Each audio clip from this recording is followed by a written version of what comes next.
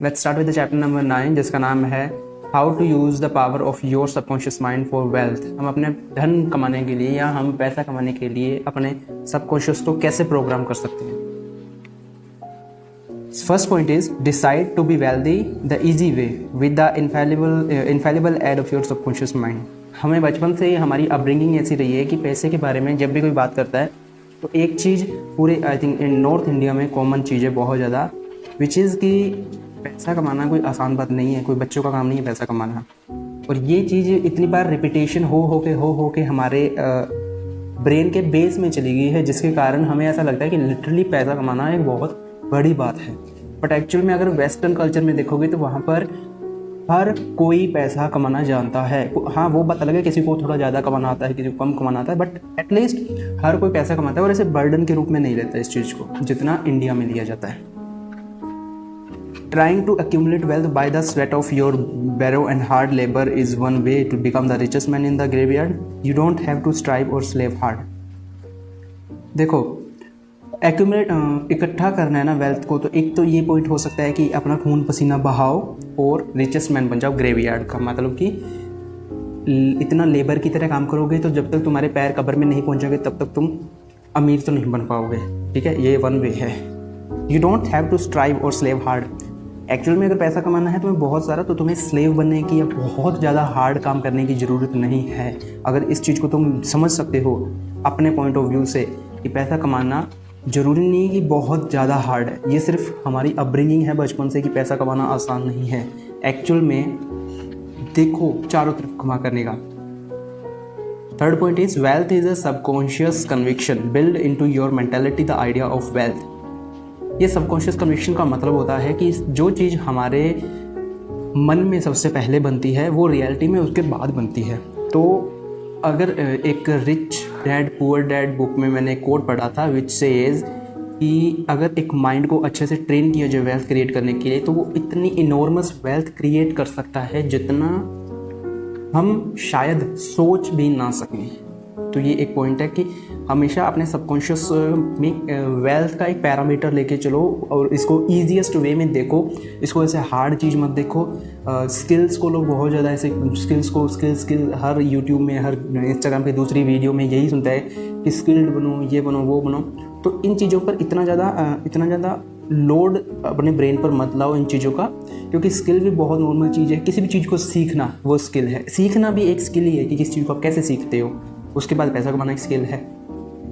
तो किसी भी चीज़ का पहली बात तो बर्डन नहीं होना चाहिए आपके माइंड में। The trouble with most people is that they have no invisible mean of support. एक सबसे बड़ा ट्रबल ये भी है ना कि हमारे पास इनविजिबल सपोर्ट नहीं है। देखो, दो सपोर्ट्स होती हैं, एक होती है विजिबल सपोर्ट, एक होती है इनविजिबल सपोर्ट। विजिबल सपोर्ट वो होती है जैसे कोई हमारी हेल्प कर रहा है तो वो विजिबल है, हमारी आंखों से देख सकते हैं, तो वो विजिबल सपोर्ट में आता है। इनविजिबल होता है लोग गॉड में बहुत मानते हैं, राइट, इंडिया में बेसिकली। तो इतना मानने लगे हैं गॉड में कि वो अब सुपरस्टिशियस लाइन क्रॉस, एक बहुत ही थिन लाइन होती है गॉड को मानना और एक सुपरस्टिशियस। तो लोग उस लाइन को कब का क्रॉस कर चुके हैं और सुपरस्टिशियस में बिलीव कर रहे हैं। इसकी वजह से बहुत सारे बाबा जो हैं, जैसे नाम नहीं लूँगा, पर बहुत सारे फेमस हो जाते हैं। हर कोई भी अगर तुम बाबा बन जाओगे तुम फेमस हो जाओगे, पैसा कमा लोगे।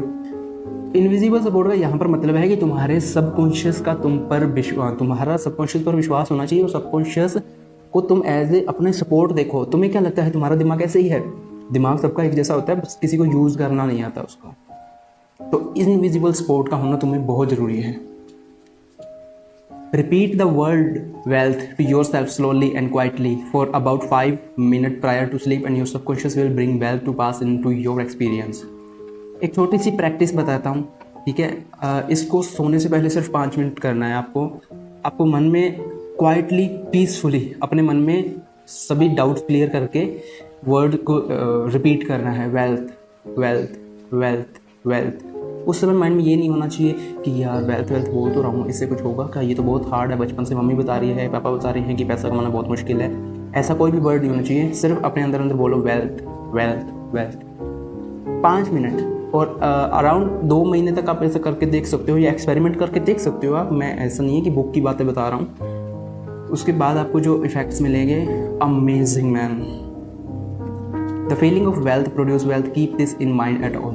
आपके पास फीलिंग है ना वेल्थ की, तो ये प्रोड्यूस करेगी वेल्थ को, कैसे भी करे चाहे। इस फीलिंग को हमेशा याद रखना, कभी भी गंवाना मत इस फीलिंग को। Your conscious and subconscious mind must agree, your subconscious accept what you really feel to be true, the dominant idea is always accepted by your subconscious mind, the dominant idea should be wealth not poverty. दो mind है ना, conscious और subconscious. Conscious वो होता है जो जैसे मैंने ये बोतल का ढक्कन उठाया, तो ये कॉन्शियस माइंड का काम है।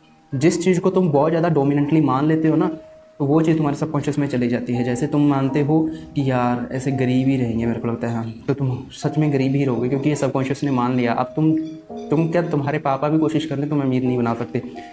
और जब तुम ये सोचोगे कि इट्स अ फेज, मैं बहुत जल्दी बहुत सारी वेल्थ एक्यूमुलेट करूँगा, तो तुम लिटरली बहुत जल्दी बहुत सारी वेल्थ एक्यूमुलेट कर पाओगे। You can overcome any mental conflict regarding wealth by affirming frequently by day and by night, I am being prospered in all my interest। तुम किसी भी मेंटल कॉन्फ्लिक्ट को ना, मेंटल दिक्कत को क्या कर सकते, हाँ, मेंटल कॉन्फ्लिक्ट को ओवरकम कर सकते हो आसानी से अपने सबकॉन्शियस माइंड की पावर से। सोने से पहले और उठने के बाद अगर कोई भी प्रॉब्लम है, तो उस प्रॉब्लम के सोल्यूशन को अपने मन में दोहराओ। Increase your sales by repeating this statement over and over again, my sales are improving every day, I am advancing, progressing and getting wealthier every day।